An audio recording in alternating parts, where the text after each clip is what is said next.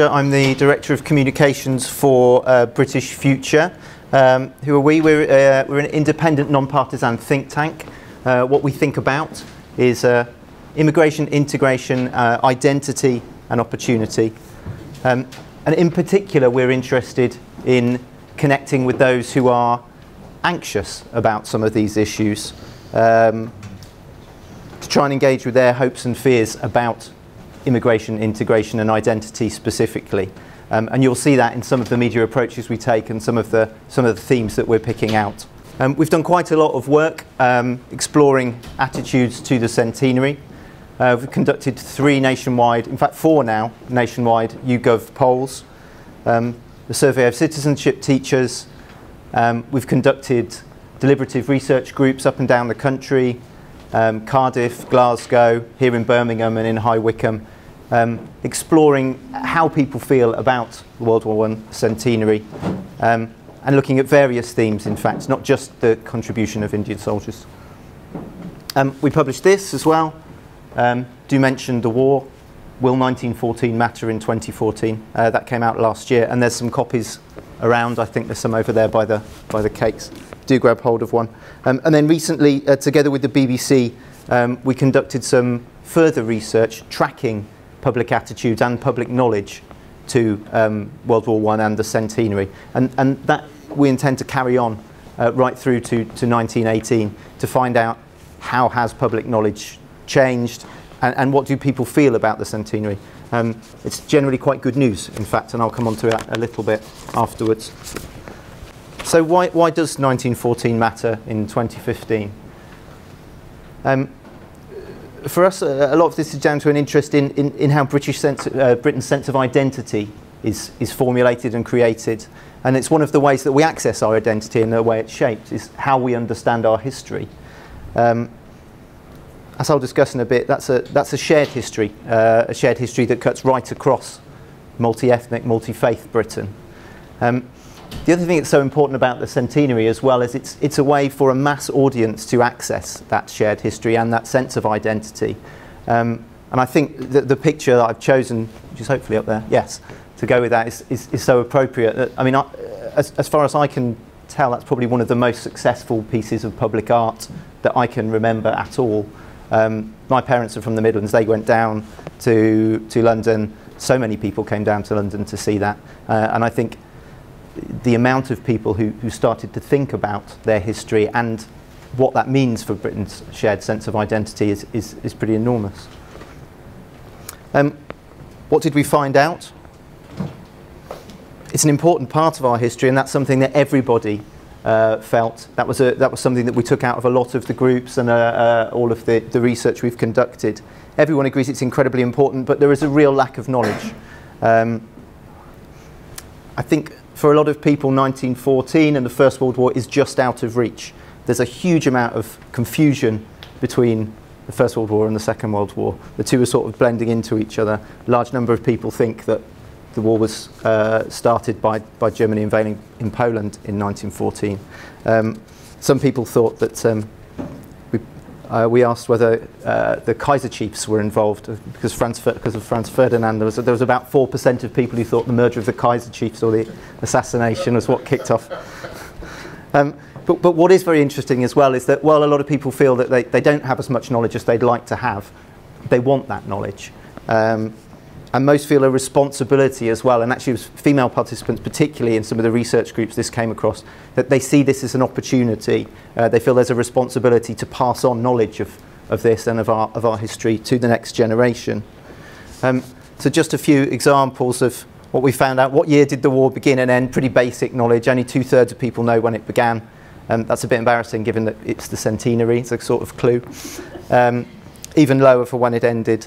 Slightly higher amongst men than women, slightly higher amongst white respondents than non-white respondents, and really quite low for 16 to 24-year-olds. This is when we asked in 2013. All of these figures went up when we asked again last year. 7 in 10 people don't know what their relatives did. Only 14% know what their relatives did in the First World War, and I know a lot of people will be looking to do something about that over the next 4 years, and I think those figures are definitely going to go up, and it will be really interesting in our tracker research to see how that moves on. But people feel it's a once-in-a-generation moment. By 69% to 14%, people agree. People agree it's a once-in-a-generation moment to explore our shared history. So there is something there to be grasped, and people are ready to grasp it, I think. It's a huge part of how people understand our history. Once you take the word history out, this is one of those sort of word clouds of all of the different words that came up in our deliberative research groups around the country. War is right up there. It just shows a little bit about how we understand our history in this country.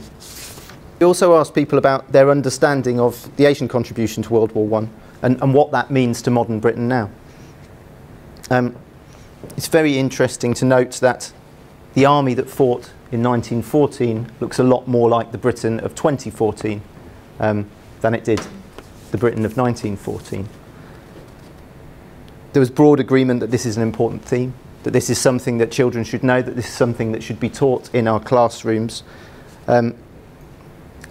Ethnic minorities that we spoke to felt this was an important theme because it shows we didn't just arrive yesterday, we're part of this shared history. But there was also a lot of engagement with this as well amongst people who are generally anxious about community cohesion as well. They see that as it could be very important. But it's little known, and this is when we asked people in 2013, did more than 1,000 troops from these countries fight for Britain in World War I? There's very low knowledge of Indian soldiers, less than 50%, 44% of people. Younger people and ethnic minorities know about as much as other groups, though, of this fact, which is different to more general facts, such as when did the war start, who fought, etc. In common with other knowledge questions, men are more likely to know than women. Men were also very keen not to let on when they didn't know and would just make out that they did. We also found in the groups. Women were much more happy to admit that they didn't know and to look for try and find out that extra bit of knowledge so that they could pass it on. And there's also a lack of historical knowledge, which I think quite a few people have touched on as well, of what India was in 1914, of what that actually meant. Not that many knew that an Indian soldier in 1914 was quite likely to have been a Muslim from what is now Pakistan. And there's really low awareness of the Muslim contribution to World War I. And I know that's something obviously Jahan is doing a lot to remedy, and we're hoping to do some work with him later this year. And I will go on just to talk a bit about some work that we've done to try to raise the profile of the, specifically of the Muslim contribution to the First World War. But the consensus is that teaching this shared history is really important. By 80% to only 4% who disagree.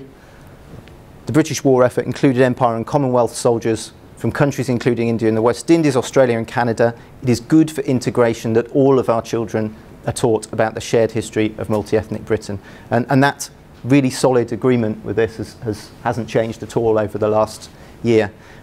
And actually you'll be pleased to hear there isn't a lot of fatigue that we've picked up either. Actually there's still a huge appetite to learn more about this because people just they feel they ought to know but they don't feel they do.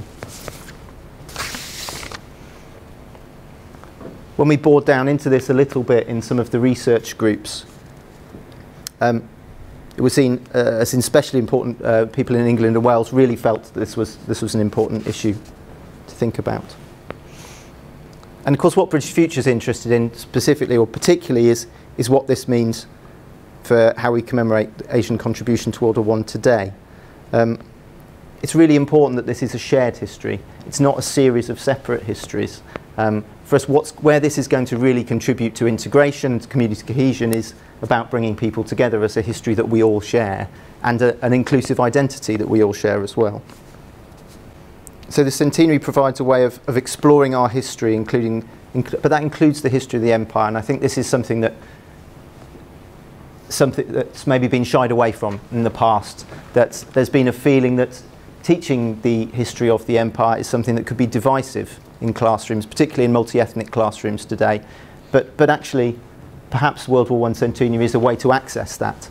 And really it helps to explain why our multi-ethnic classrooms of Britain today look how they do. This is how Britain came about, and this is how modern Britain came about.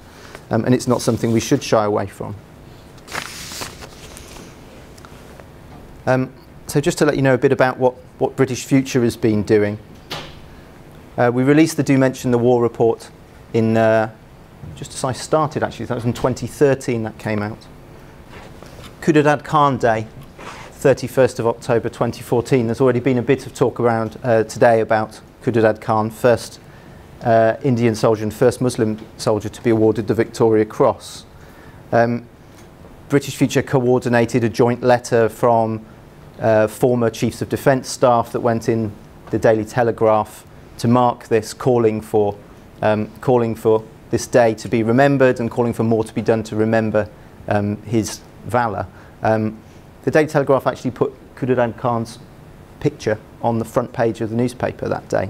And I think for an organisation that's trying to reach audiences who are anxious about multi-ethnic Britain and anxious about integration, obviously it's getting it on the front page of the Telegraph was something we were very pleased about. We also worked with the Islamic Society of Britain and with a young Muslim fashion designer called Tabinder Kaur to produce the poppy headscarf, which we released on the same day, actually, on Khuddadad Khan Day. So that's some of the coverage of this from the Daily Star. The aim was to highlight Muslim contribution to World War I and to highlight the shared history and identity. We actually released some figures the year before that showed 1 million Muslims will wear a poppy for Remembrance Day, and then that's a really little known fact, particularly amongst those audiences who are anxious about integration, particularly Muslim integration. And we really wanted to get this fact across, the fact that Muslims do remember and did play a part in the First World War. We wanted to get that across specifically to this audience. So this story appeared not just in the Telegraph and in the Daily Star, but also in the Daily Mail, and then across BBC and Sky News. And then just a little more about what else is going on. We're tracking changes to public attitudes with a BBC British Future YouGov tracker poll. What we're finding, understandably, is public knowledge really is increasing overall. But very encouragingly, the biggest increase in public knowledge is of the Asian contribution to World War I, up from 44% in 2013 to 68% in 2014. We're obviously not claiming any credit for that. It's just an observation, but that's a huge increase from minority knowledge to majority knowledge, effectively, which is hugely encouraging. Knowledge of the Muslim contribution to World War I has also gone up 5% from 22% in 2013 up to 27%, but it's still very low, and I'd say there's definitely some more work to be done there to promote that narrative. And just some thoughts as to where else we might take this debate, really. Some other questions that we think are worth asking. Would Britain have won the First World War without the contribution of Empire and Commonwealth soldiers? Probably not, but there's not a lot of people actually examining that and saying it. I think it could be quite a valuable narrative. As I said, the army of 1914 looked a lot more like modern Britain than Britain of 1914. It also looked a lot more like modern Britain than the army of 2014 does now. And I think that is something that needs to be addressed, and we wonder whether the centenary is an opportunity to look at that, at how, and I know this is something that the armed forces want to achieve, is being more reflective of the society that they're protecting. And we've been working with the Armed Forces Muslim Forum to help promote that, but I think that organisation hasn't actually had the profile that it could have, really. And then a project that we're looking to move into later on this year and next year with Jahan, actually, I hope, is what happens when we bring disaffected young men from white and Muslim backgrounds together to talk about this shared history. How can they both address this together? What do they both find out about their shared history and then their shared sense of identity? So I hope you found that interesting. It's just a bit about us at British Future. I'm really happy to answer any questions as well.